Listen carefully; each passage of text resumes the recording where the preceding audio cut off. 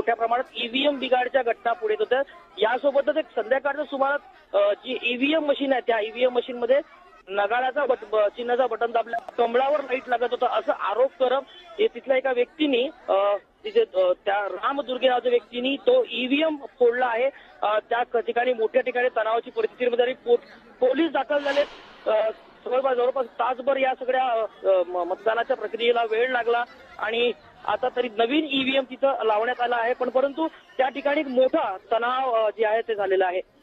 निश्चितच हैदर, आणि लोकांचे काही सवाल सुद्धा आपल्याला या ठिकाणी ऐकू येत आहेत। ते बोर्ड दाखवून काहीतरी म्हणताना दिसत आहेत, नेमकं काय म्हणणं आहे लोकांचं? तिथे आरोप आणि प्रत्यारोप सुरू आहे। दोन्ही पक्षाचे उमेदवार आहेत आणि सगळ्या पक्षाचे उमेदवार आहेत। अशा प्रकारची घटना जी झाली आहे ते आरोप निवड फक्त आरोप केले आणि मुद्दामून हे केलं गेलेलं आहे अशा प्रकारे ते सांगत आहेत आणि त्यामुळे हे त्याने सोडलं असावं किंवा कुणाचं सांगण्याचं फोडलं असावं असं त्यांचे आरोप आहेत। बरोबर आहे हैदर, धन्यवाद तुम्ही दिलेल्या या सविस्तर माहितीसाठी।